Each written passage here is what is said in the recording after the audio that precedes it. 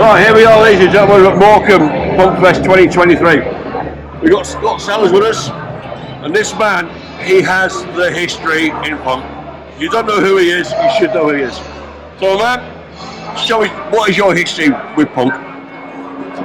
With punk, probably at about 12, 13 years old, in the mid to late 70s, the first record I ever bought that was a punk record was The Users, and it was Sick of You on Raw Records. And I think the record I bought before that was the Beach Boys. And after I heard that 45, I think I paid like 20 cents for it because it was on clearance forever, and I kept looking at it. I'm like, oh, it's cheap. I'm going to take it home and listen. I was like, oh, this is cool. So I started off probably 77, 78, and as soon as I heard just that one single, I was like, I had a shit childhood growing up, and it was definitely rebellion, broken family, blah, blah, blah. But that like changed my life, you know? And back in the days growing up in San Diego, being a punk, there was so few of them. You walk down the street wearing a Mohican or whatever, or Mohawk, you're going to get hippies driving by, like 4 of them jump out of the car and whoop your ass. Yeah, I can relate. I'm from the Isle of Man. It's a small community. Yeah. And I was walking around with my leopard skins and my punk gear, and all the time you're running away from people. It's like stand or fight. It was a weird situation. With your music, your early influence, which you touched on, and have you carried that on in life? Are you still going with that kind of thing? As far, well, I mean, you mean like influences? Influence you? Back in the old days, back in old bands I played with, probably one of the second or third bands I played in that was decent. But we played with Exploited and the Toy Dolls in San Diego one night, and that was like the first big show we played. And it went really well, and we all hung out after the party, after the gig, and did a bunch of speed and drank beers, and fucked off, and I was like, these guys are rock stars.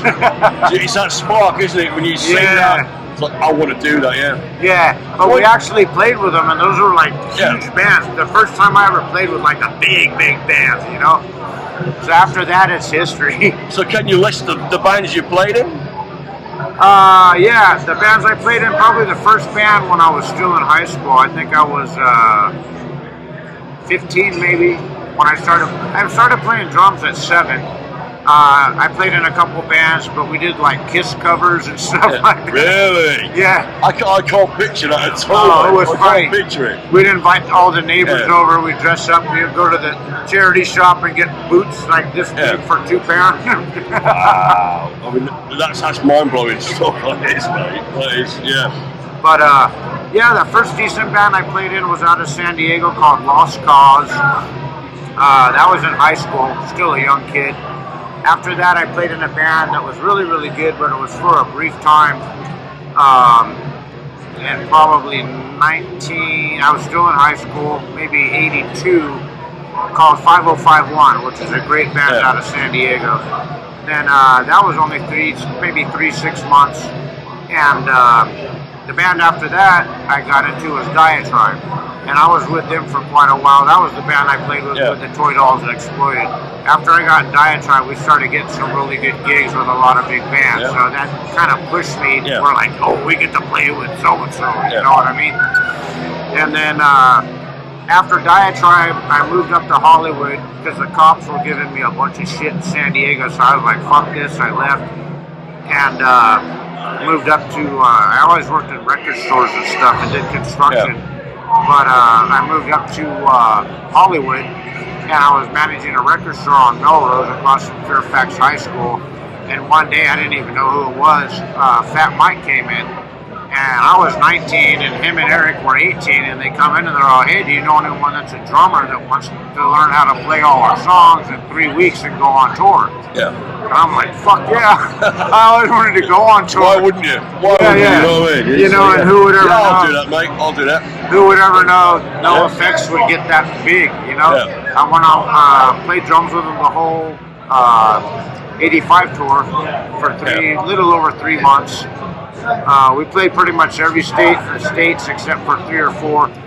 But after that, I got back to Hollywood. Obviously, I got fired from my record store manager job. Well, yeah. And I couldn't even get a job at fucking McDonald's or Taco Bell with a fucking, just a little stick coming out of my head. So I moved back to San Diego. And pretty quickly, maybe 6 months or less, I got in a band called Meat Wagon. If you haven't heard from them, look up Meat Wagon from San Diego. Great fucking band. We were together for 7 years. Definitely one of the biggest bands as far as like hardcore punk that ever came out of San Diego. A lot of good bands came out of San Diego. I just love coming over here because I've seen so many bands and played with so many bands that are bands from the States. It's like you want to go see DI, it's like, 100 times. You know what I mean? I come over here to see the English bands. But now is there a difference between English punk and American punk? Definitely. Yeah? Some of them sound alike, but there's definitely a distinctive difference. And it's funny because growing up as a kid, like I said, first record I ever got was The Users. And I always thought when I was a little kid, these guys have a funny accent, but they sound cool. You know what I mean? So that like got me in and started listening to like Spar, Rejects, GBH, one of my favorite bands. Gongo's one of my favorite bands. Those guys definitely need more respect. They're one of the most unnoticed bands that have been around forever, and they're fucking great. So, I mean, you've been doing this for a long time. With the greatest of respect. If you were to meet a young up-and-coming band now, what's the biggest piece of advice you could give them to get them started? Follow your heart. Yeah. You know, I mean, one thing about being in a band, and I've been in bands where we've actually, the band members fist fight each other, and it's shit. But it's hard to be in a band where everyone gets along, because there's always one asshole like me or someone else, you know, but when everyone can get along, because everyone needs to criticize everyone. If you screw up, go, hey, you know what I mean? Because otherwise you're not going to be tight and you're going to be shit. But the only thing I can really say about an up-and-coming band is just give it all you got. If you're into it, kill it. I mean, look at up-and-coming bands, again, a lot of the punk bands now, they are getting quite old. And a lot of them are retiring. But who's coming through the ranks now that you think are going to be really good for the punk scene and carry that torch? Well, someone I really like right now is Risky and the Ridicule. And Body Bag, what a song. Yeah. I saw them from when they were nothing, and now they're like banging. Yeah, we saw them about 8 years ago. And it's like, what's going on here? And now the latest release is, I mean, what you still love it, what a track. To me, it's kind of funny coming from the States being a fucking Yank. But what's funny with Risky and the Ridicule, the first time I didn't know who the fuck they were. And I mean, here. Oh, right, Cool. Anyway, the first time I saw them, I was like, these guys are different. There's a different sound, different approach. I thought I was like Eminem meets punk. Kind of like a, I don't know what they call it, grindcore. What do they call it, grind punk or grime? I think it's grime punk. But I fucking love those guys. They're great. Yeah, they're really nice good guys. Too. To see them on the Empress stage at Rebellion this year, that was amazing. Oh, yeah. To see when they go from tiny little pubs and shitholes to doing that, I mean, that was absolutely brilliant. It really was. So, talking about biggest achievements so far in music. I'm sorry. What's your biggest achievement in music so far?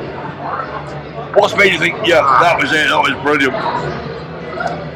Well, going on tour with NoFX was cool, but as far as being in a band where you did big shows, we played a lot of shows in a place called Iguanas in Tijuana, Mexico, and that place was nuts. I mean, it was crazy. And we played a lot of shows there. Probably some of them. I look back at NoFX when we played with a lot of bands that were up and coming. Like, I mean, I could name hundreds of them. Playing at Meat Wagon, the Iguana shows were some of the best. We played Guar, Circle Jerk, I mean, tons of bands. We actually even played with NoFX when I was in Meat Wagon, and they called me up to play Iron Man that we did on a compilation a long time ago. It was funny, because we hadn't spoken in like 5 years. And it's only bang. You're together again, brilliant. So what's next up for you? Are you going to do anything more immediately, or? I'm working on my health is. I shattered my heels like 4 years ago, and I was in a wheelchair for almost a year. Been playing again, not as much as I want to. My old band Meatwagon, singer, bass player, didn't want to reform again, or start a reunion or anything like that. And the guitar player Andy, he said, if Daryl, the bass player, doesn't want to do it, then I'm not going to do it. Yeah. So I'm trying to change the name to Fleshwagen, which is German for Meatwagon. Yeah. And I'm going to get something going on that as soon as I get home from here. Excellent. Because I want to play drums before I croak. What age did you start drumming? 7 years old. 7 years old. Yeah. Wow. And I'm 58. Was it natural for you? At the beginning, I think my parents wanted to kill me, but after a while, I got it. Yeah, I can imagine. My mom made me play piano at. Started playing piano at 4, and I hated it. Really? From the guy from the church, and I'm like, I don't want to go. First thing, if you get forced into something, you don't want to do it. You rebel. It pushed me into music. Yeah, it's like if I want to do it, I'll do it. Don't push me to do it. I will not do it. But Scott, it's been an absolute pleasure. Thank you so much for the interview. Honestly, brother. I appreciate doing with you, Mr. Viking King, and my friend. Cheers, Love you, brother. Cheers. Thank you so much.